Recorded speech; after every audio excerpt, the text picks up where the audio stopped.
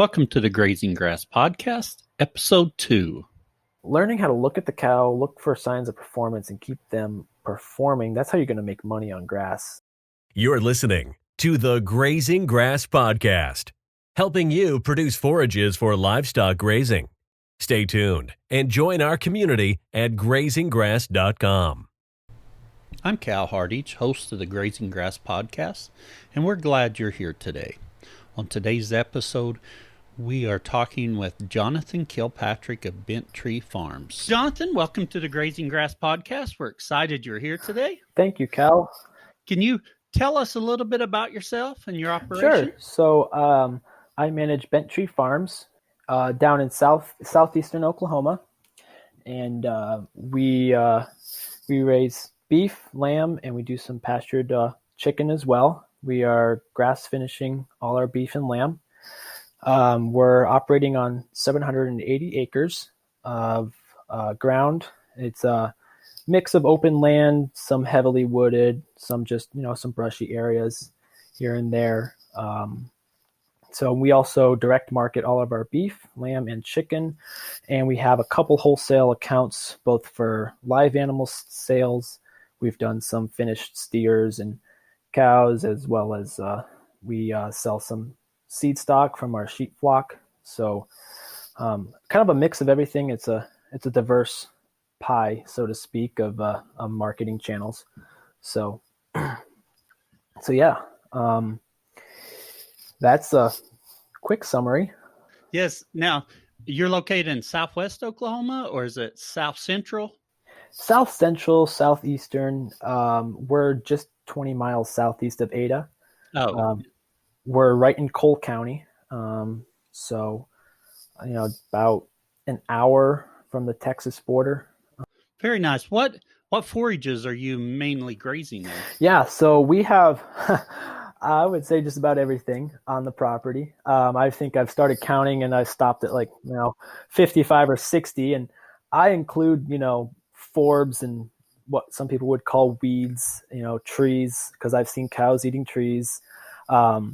So we have a mix of annuals, perennials, warm season, cool season. We have just about everything. Right now, the warm seasons are really starting to take off over the last couple weeks.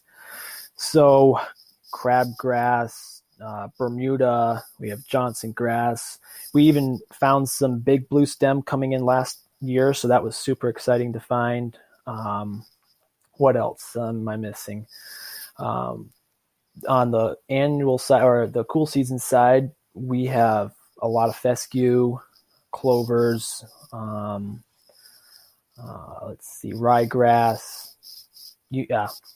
Pretty much you name it, we've got it. What kind of rainfall do you all get there, annual rainfall? Yeah, we've already had probably over our normal annual rainfall. I think the last I looked, we're probably about 35 inches for the year. We just got 1.5 inches last week, which was really needed. We're getting dry, but it's like 35 to 40 inches of rainfall is what they say for us. Yes. Yeah. It doesn't typically come very well spaced out. It seems to always come 6 inches at a time, but we'll take what we can get. Yes, the rain here seems like we're getting, when it rains, we get inches, not tenths. And except it turned dry on us, and we've been pretty dry without rain for, I'd say, at least a month now. Yeah, it was raining a lot, up until about the middle of May, and then it turned off, and it started getting really dry. So, but we caught a good rainstorm last week, so we're doing okay. Well, good. Now, you mentioned you've got lots of varieties of forages and fobs there. Do you plant anything, or you're just managing it so you have a nice polyculture? Yeah, so I think we've kind of progressed through that. When I first started here, we did a lot of planting. We drill. We have a no-till, a Great Plains no-till drill, which is it's a good drill. So we were doing a lot of sorghum Sudan, stuff like that. We've kind of just moved away from that to more of just the perennials. And we do drill in some ryegrass in the fall, but we tried everything. We did some oats. We've done, cover crop blends. And we've just found that as far as the time and the resource, it just made more sense just to kind of manage what we have, focus on that. It's pretty costly to plant. Oh, yes. And then you're, wear and tear on equipment. And we just didn't find that when you penciled it out, it was really for us in our circumstance. And with our soils, it just wasn't giving us the return we wanted. So we just kind of moved away from that. And now, we've just we'll do some ryegrass in the fall. And we've broadcast clover in a couple places. But I feel like at this point, it's just management, just managing for what you want and just really paying attention and being careful, and what you want will come in. And we've seen that. Like this spring, we had some of the thickest clover I've ever seen. And this wasn't even an area that we had broadcast clover. I think it was just the year for clover or something. And I've talked to some other producers, and they've said the same thing, that it's a clover spring. So almost too much clover. Anyhow, so yeah. I agree. We suffered with tons of clover, and I hate to say the word suffer because you want that clover, but we had Right. white Dutch clover everywhere. Oh yeah. Yeah. I pulled some leaves off, and I had some leaves that were as big as my palm, like the set of the 3 leaves. I plucked some off and put them in my palm of my hand. They're huge. It was just, Oh, yes. yeah, it was interesting. There were a couple times I even took some dry hay out there because the animals were just really too much protein. It was crazy. So every year is different though. Yeah. So what kind of clovers do you have there? Well, we have white clover. You mentioned Dutch white. I don't know. I call it mammoth white or just white clover. We have the stuff with the big leaves. I think that's the Dutch white. And then the, smaller leafed white clover. I found for the first time this spring red clover coming in our bottomland, which was really exciting because if you're grazing a lot of fescue, the red clover has some, it really works with that Kentucky 31. It helps just dilute that endophyte. So I was super excited to see the red clover coming in. We also have arrow leaf. We have yellow hop. Let's see, sweet clover. I think those are the 5 main ones that we have. 5 main. That's pretty much what we've got for clover. Yes. So that's about the same what we have, except the white just was predominant this year. Normally we have lots of arrowleaf and lots of red clover, but not so much this year. We've even tried doing crimson clover, but we've not had good luck with crimson. Yeah, we put some out. I think it just blooms so early. Right. We have a little bit of that, but it came in on a hay bale because you can see it's like a strip about a hay bale width wide where we rolled out a hay bale, and that there it is. So it's really pretty, but we don't have a ton of it.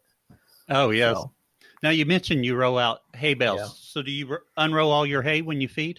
So no, we roll. Well, yes and no.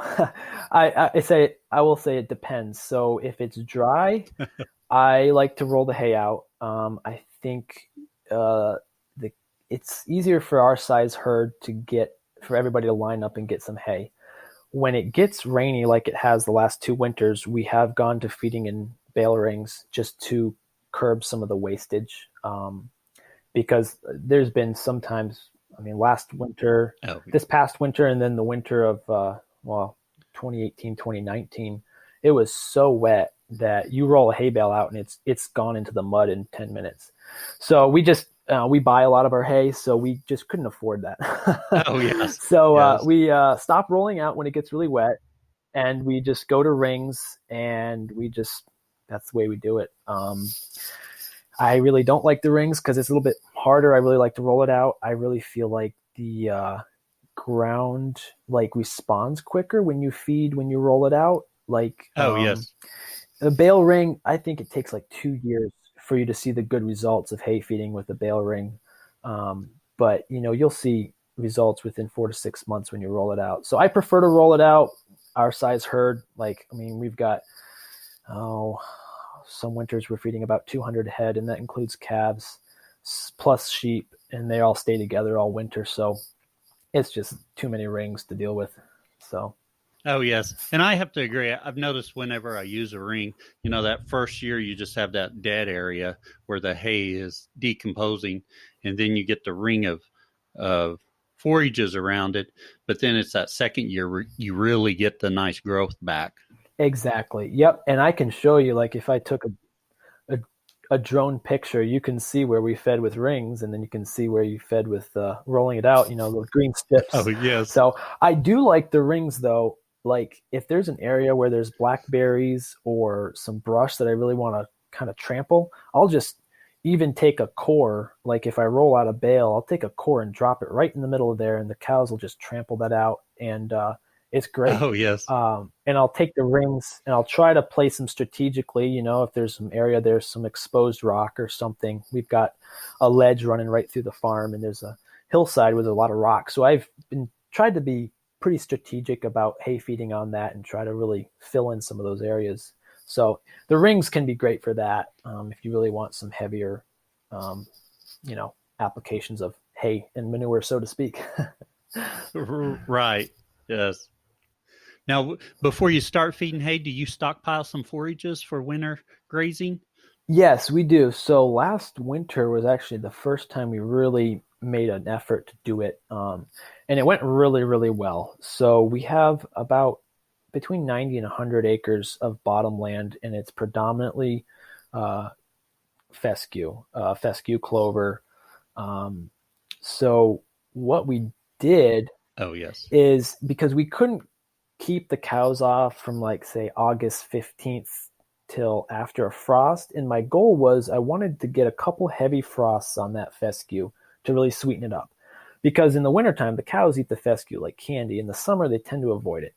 So what we did is when we went, like, say, after September 1st, when we had to graze that, we just opened up the paddocks and gave them maybe twice as much. So they were skimming it, and they were hitting all the warm season stuff that was growing. And my goal was for them to not touch the fescue, because I was trying to hold that.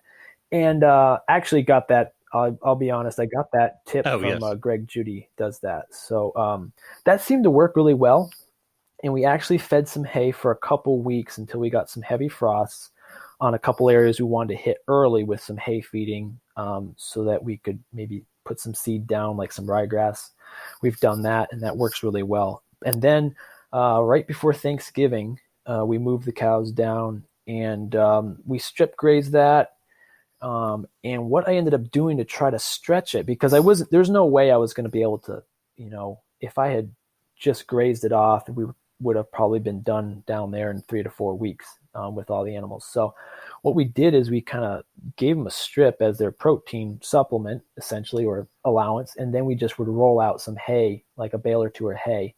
And that worked really well. We saved a lot of money, and we were grazing down there till I think the 5th of January. So I totaled up, what we saved by doing that, and it was thousands of dollars. So that was really exciting and a lot of fun, and the cows loved it, and they did super well. So I'm trying to figure out like how we can stretch that, without, fertilizing or anything. Don't really want to spend money on that. But, so yeah, that was the extent of our stockpiling, but it was super fun. I would much rather set up a fence in January than roll out hay, even though we did end up rolling out some hay. But yeah, so it was fun. It's super fun, and if I could graze all winter long, I totally would. I would never start the tractor if I didn't have to. So yes, that's my goal. Yeah. I would love to graze year round, not worry about any hay. Now let's go back. You mentioned Greg Judy, and I love his videos on YouTube, and I'm so glad he started them. You mentioned about grazing, sending the cows through early, and then coming back. Tell me a little bit more about that. Yeah, so because we don't have enough land to I know some people, when they're stockpiling, like, depending on the stockpile date, I know, like, in some parts of the country, it's August 15th. They'll say, okay, any rain you get after August 15th, that's a stockpile rain. Don't come back on the grass until you're ready to graze it. We don't have that luxury with the way our business is set up and our farm's set up. So I kind of have to go down there and graze there. Otherwise, we'd be feeding a lot more hay. So what I did is instead of grazing and leaving a typical residual, I would just lighten up the stock density and just try to get the cows to hit the warm season stuff. And pretty much, August, September, it's still pretty hot here.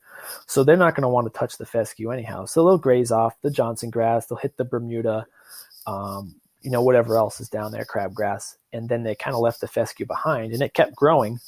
And then we fed some hay for a couple weeks. We got a couple hard frosts, and it was like, okay, now it's time to go. And I really think, that really helped sweeten it up. And I think the cows, it worked. I don't know what we'll do this year. If we'll do the same thing, if we'll just go down and start grazing it off, I don't know. It's something I'm still kind of learning. So. Yes, I know for. Does that answer the question? It does. Just explain that a little bit more. I know we started stockpiling just a few years ago and doing that. And my first year, I was really excited about the results. The second year was a little dry, and I grazed my pastures a little late, and I didn't have near the amount of stockpile forages I wanted. Then last year was just good all year because we had so much rain. So yes, last year was a great year. I'm going to try and do a better job this year, but I really love the stockpiling. Yeah. Now, do you do daily moves, not only with your stockpile, but also year round? Yes. So we do at least a daily move, if not sometimes 2-3 times a day. It really depends on the season, where we're at on the farm, time of year. Like in calving, I really try to avoid multiple day moves because we've got so many little calves. So we do all the above, I should say. Now, I think you grass finish some beef. Do you keep them in a separate herd than your cow herd? We do. How do you manage them together? Yeah, so we do right now. We have a little finishing herd. It's something I'm still. I guess I could go either way on it. I'm not quite sure. I guess there's a couple schools of thought. There's some people that will say leave them all together and manage them as one herd, and then you've got people who will run multiple herds. I feel like for the management aspect, when you've got 150 to 170 animals out there in one herd, picking out your fattest animals can become a little bit like a needle in a haystack. And I'm not saying not that you can't see them, but if you want to compare an animal to another animal, if they're not standing side by side, it's really hard. So right now I've got 9 steers in a group, and I have a cow in there that had twins. So I'm just putting her with the grass fats just to give her a little bit more nutrition to help support those twins. But I can compare those animals and evaluate, okay, which ones are ready to go, and a lot easier than if they're in a big herd of 180 animals. Yes. It also logistically, it's easier to sort off, okay, I've got to haul to the processor. It's a little easier to sort off animals out of a group of 10 or 20 or something than 170 or 150 or whatever. I think we also will flake some alfalfa to them just to give them a little boost, try to keep their dry matter intake up. We've just found we're still building our soils and our forages. And I think if we were willing to give them all the time they needed, they would be fine in the main herd. But we've got customers knocking down the door wanting beef. So yes, at this point in the business, it just makes sense, I think, to kind of push them a little and get them to grow. We were getting last spring, I was doing a pretty good job tracking weight gain and flaking a couple flakes of alfalfa, plus giving them basically all the grass they need, once a day moves, just huge paddocks. We did some leader follower grazing as well. Oh, yes. We were getting 3.5 pounds of gain a day. Oh, very nice. So, that's really good. I think for us, that's really good.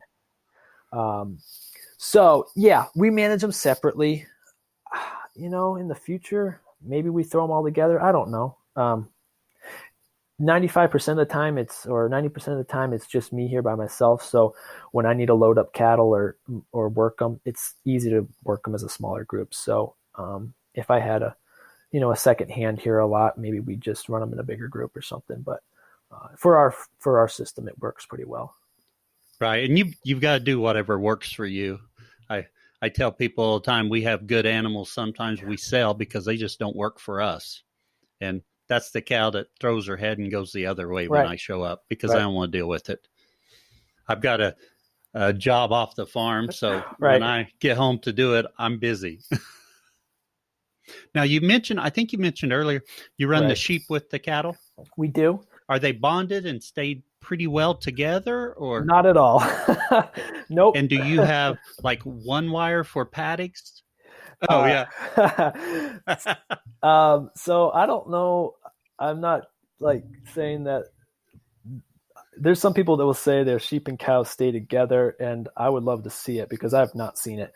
Now, that's not to say the sheep and the cattle won't graze together because they will, but typically our sheep like to get as far away from the cows as possible. We have livestock guardian dogs with them. Obviously, if we didn't, we wouldn't have sheep probably because the coyotes would take Oh them out. yes. But I think it's more the dog's fault than the sheep or the cows. I think if we didn't have the dogs, the sheep would probably stay closer to the cows. Um, so we run them together the whole year except for lambing. We will put them off by themselves to lamb. I've it's easier to manage the lambing aspect, and you don't have to worry about cows trampling lambs and all that stuff if they get excited when they go to move or something. So, but now like they've been back together for about 2.5 weeks, I think. The lambs are getting pretty good size, so they can hold their own against the cows. But they pretty much kind of yeah. I mean, sometimes I'll mob them up pretty tight and I'll keep them pretty tight in a paddock. But a lot of times I'll give the sheep like a couple paddocks and then the cows are in one paddock. So they've got the sheep typically have more room to run than the cows do with our system. Yeah, that's So, really a lot like what yeah, it works pretty good that way. it's a lot like what we have when we move cattle. The sheep kind of just go where they want. Yeah. They don't listen too well to me.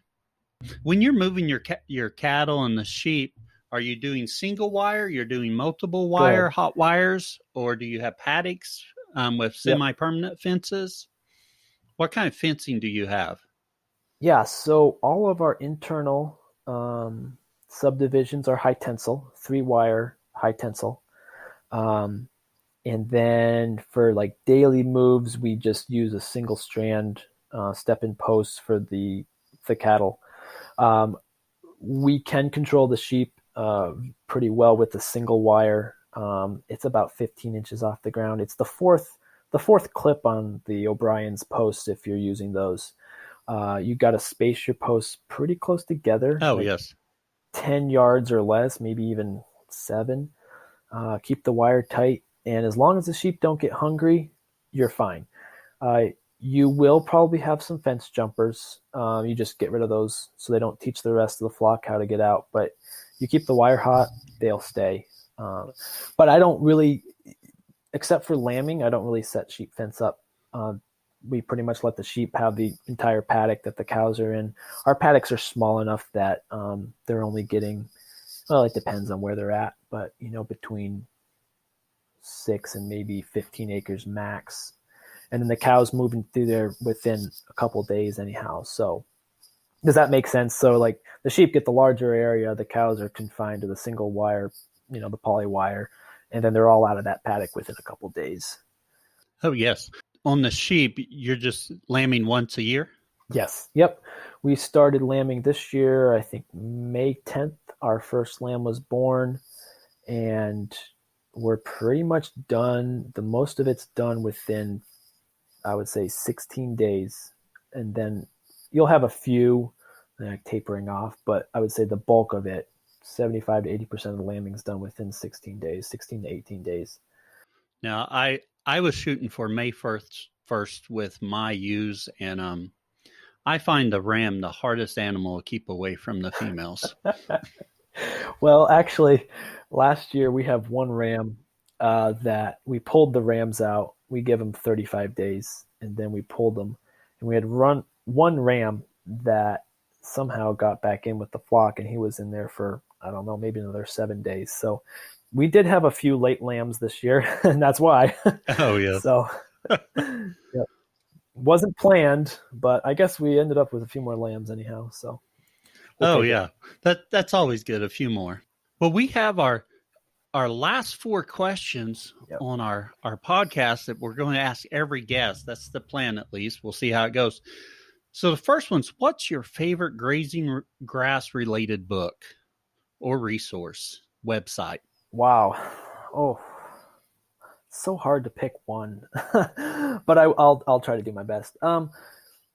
My favorite grazing book would be Kick the Hay Habit by Jim Garish. It's a super practical book. Really breaks down and lays out how to minimize hay feeding, making hay, and extend your grazing season. So it's just chock full of really practical information and ideas. And Jim Garish is a legend. And oh, yes, he is. It's probably my favorite book right now. Very good. What tool could you not live without on your farm? My Leatherman multi-tool.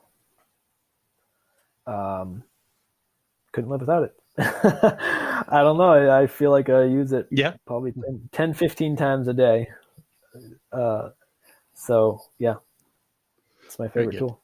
What do you know now that you wish you knew when you started grazing? I was thinking about this question, and I feel like everything. Well, I started grass farming when I was like 12 years old. So like I knew nothing, I was 12 when I started with grazing some dairy goats and poultry and, that kind of thing, just small. So, I mean, there's so much I've learned even just the last couple years, and there's so much to know. So it's like hard to pinpoint one thing, but let me just say maybe like one thing I think that I've really learned in the last like 3 to 4 years is Ian Mitchell Innes talks about grazing the energy or grazing for performance. And I think that's something I've really learned is how to look at the cow and focus on the performance side of the animal instead of looking at the landscape, and being way more comfortable leaving a lot more residual grass behind. Whereas I would have been too concerned about wasting grass.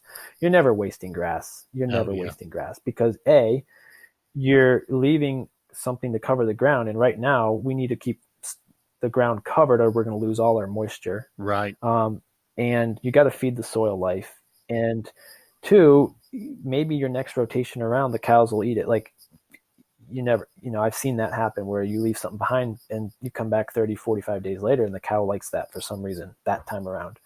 And then, just learning how to look at the cow, look for signs of performance and keep them performing. That's how you're going to make money on grass. If you focus too much on trying to landscape with your cows or your sheep, you're probably going to lose money. You're probably not going to have animals that are going to do very well. Especially when you're doing what we're doing and we're, trying to put a quality grass finished beef on the market. It's super important. So that would be one thing. I mean, I could probably talk about that for 20 minutes, but that would be something I've really learned in the last couple of years, how to manage that and keep the cows moving and just, very important. Yeah. Where can others find out more about you? Sure. So the farm website, Bent Tree Farms, it's benttreefarmsok.com. That's the farm website. If people are interested in ordering beef or getting some of our products, we're on Instagram and Facebook. Bent Tree Farms OK is our handle there. I'm on Instagram personally. I don't do too much with that other than post pictures of the baby and fun stuff here and there. That's just Jonathan Kilpatrick. So yeah, that's probably where that's probably the best places you can get in touch with me or find out more about us. Wonderful. I appreciate this, Jonathan. I think it's been a great conversation. This is the Grazing Grass Podcast, helping you produce forages for livestock grazing. Be sure to join our community at grazinggrass.com.